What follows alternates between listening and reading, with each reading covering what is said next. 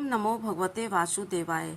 अर्जुन ने कहा, हे कृष्ण, मैं प्रकृति एवं पुरुष, क्षेत्र एवं क्षेत्रज्ञ तथा ज्ञान एवं ज्ञेय के विषय में जानने का इच्छुक हूँ। श्री भगवान ने कहा, हे कुंती पुत्र, यह शरीर क्षेत्र कहलाता है और इस क्षेत्र को जानने वाला क्षेत्रज्ञ है। अर्जुन प्रकृति, पुरुष, क्षेत्र, क्षेत्रज्ञ, ज्ञान तथा ज्ञेय के विषय में जानने का इच्छुक था। जब उसने इन सबों के विषय में पूछा तो कृष्ण ने कहा कि यह शरीर क्षेत्र कहलाता है और इस शरीर को जानने वाला क्षेत्रज्ञ है। यह शरीर बद्ध जीव के लिए कर्म क्षेत्र है। बद्ध जीव इस संसार में बंधा हुआ है और वह भौतिक प्रकृति पर अपना प्रभुत्व प्राप्त करने का प्रयत्न करता है।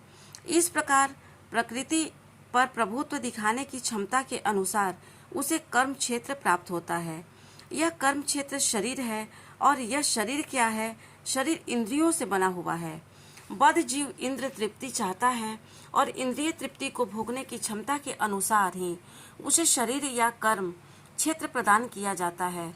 इसीलिए बद्ध जीव के लिए यह शरीर क्षेत्र तथा कर्म क्षेत्र कहलाता है। अब जो व्यक्ति अपने आप को शरीर मानता है वह क्षेत्रज्ञ कहलाता है। क्षेत्र तथा क्षेत्रज्ञ अथवा शरीर और शरीर के ज्ञाता का अंतर समझ पाना कठिन है। कोई भी व्यक्ति यह सोच सकता है कि बाल्यकाल से वृद्धावस्था तक उसमें अनेक परिवर्तन होते रहते हैं, फिर भी वह व्यक्ति वही रहता है।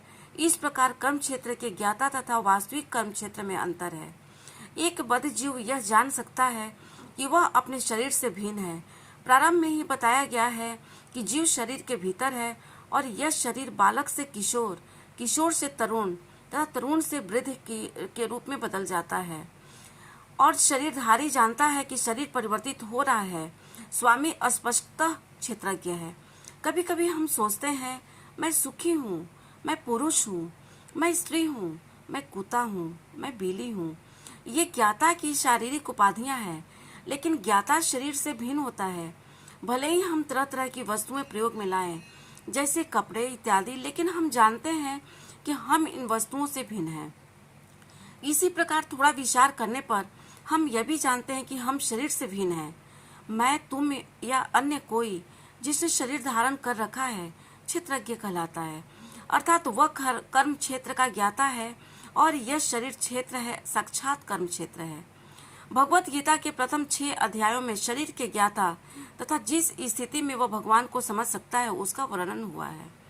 बीच के 6 अध्यायों में भगवान तथा भगवान के साथ जीवात्मा के संबंध एवं भक्ति के प्रसंग में परमात्मा का वर्णन है।